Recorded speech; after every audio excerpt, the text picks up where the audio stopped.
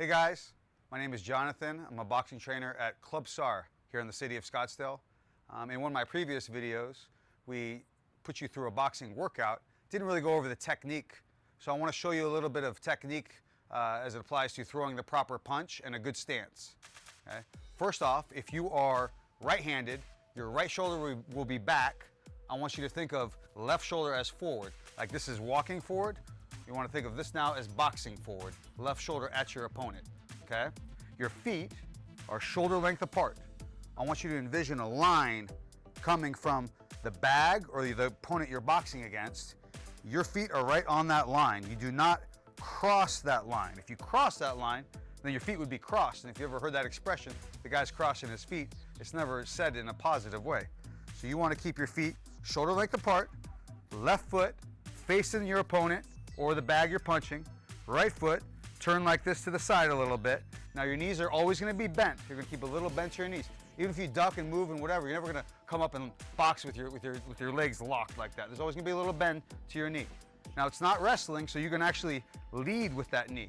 No one can come in and grab your leg and take you down. It's boxing, so you are bending that front knee, leading with that front knee, sitting back a little bit on the ball of your back foot right here.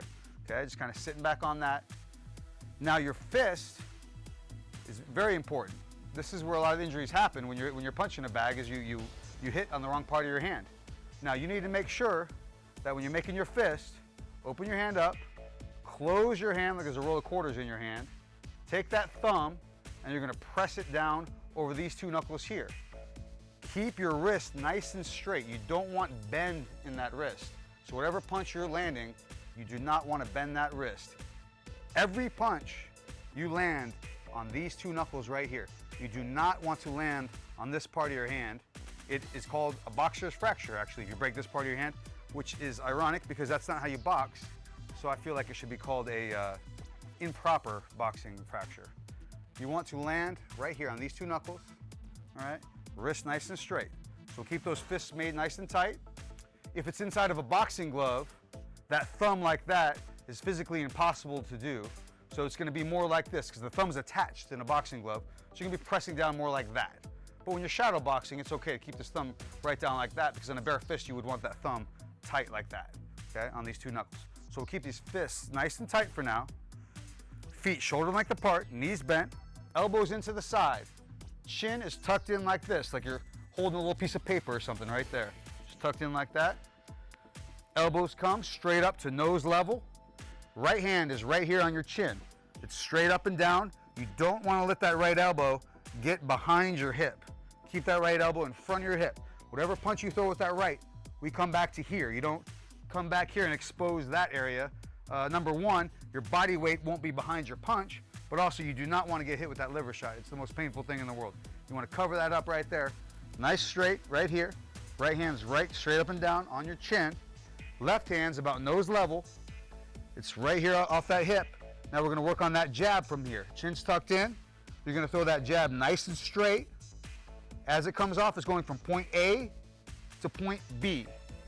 From point B to point A. You do not want to go A to B, B to C, C to A, because from C to A is when you get hit with their right hand.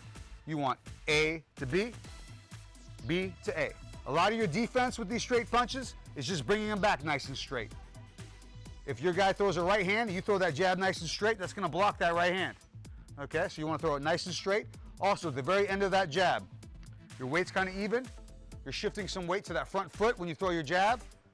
And when that comes, it goes nice and straight. At the very end, you press down with that thumb, you snap your knuckle over like this, and you come all the way parallel. That's how you engage that shoulder. So that shoulder should be engaged when you twist your knuckle over at the end. And those two knuckles should be the most prominent thing out there, right there. Straight there, straight back. Right hand is right here, ready to block their jab, okay? So right here, straight there, straight back. Now we're gonna follow up with that jab here with the right hand, okay? That's gonna be straight right hand. That's your 1-2. So you got your 1. As that comes back, I'm taking my right hand and I'm gonna throw it nice and straight to the same target. And I'm bringing my left hand back up to block their right hand, nice and straight, okay? Now with the right hand, as I throw it, I've shifted my weight My weight's even. I've shifted it to my front foot for the jab. Okay? Now I'm going to turn this back foot and bring all this weight back here into my front foot as I throw that right hand. So you see here from the side, it's foot, hip, shoulder, all turning forward. That is going to release your right hand nice and straight. Okay? The turn happens first. It's like a slingshot. Like if you take a slingshot and you pull it back, there's that little rock on the slingshot, you let it go. It is on the slingshot till the end, and it gets flung off at the end. This is your slingshot. You turn it, it flicks, it comes forward, and it flicks off that right hand, nice and straight. So now all your body weight is behind that punch. Like I said earlier before, if you have that right elbow back here, so you cock it back before you throw it, now my body weight isn't fully behind that right hand. Now you might still have some power on it because you're turning your body into it, but it's not going to have the full maximum power as it would if your elbow was in front of your hip here with all that weight shifting into it. So right here, thumbs in nice and tight. 1, 2. Bring that back nice and straight, chin's tucked in. Bring it back nice and straight, and it's right there on that chin. That's going to stop you from getting hit with that left hook coming from the side here, okay? So again, sitting down a little bit. Nice straight jab, straight there. Jab comes back, the two's coming, straight there. And bring your shoulder back. Ideally, we'd be a little loose, our hands would be a little loose, and then we'd be tight at the end. The only reason we do that is because it's going to make it quicker, okay? It increases your speed. If you have your hand like this inside of a boxing glove, because that's how it's going to be, it's going to feel like you have a fist made. But if you're throwing that punch and there's no fist made inside that glove, this is what's hitting your opponent. There's no power on that punch. So you need to have those fists made. So I think you should probably, if you're new to this, you should have that fist made, get comfortable with throwing with a full closed fist. You get used to that, snapping that knuckle over. Then we can loosen up and twist at the end to make that quicker. Okay? Have that little snap there at the end. That's a 1-2. I think that is a good lesson for today. Hopefully I'll come back and we'll work on that left hook. Farewell.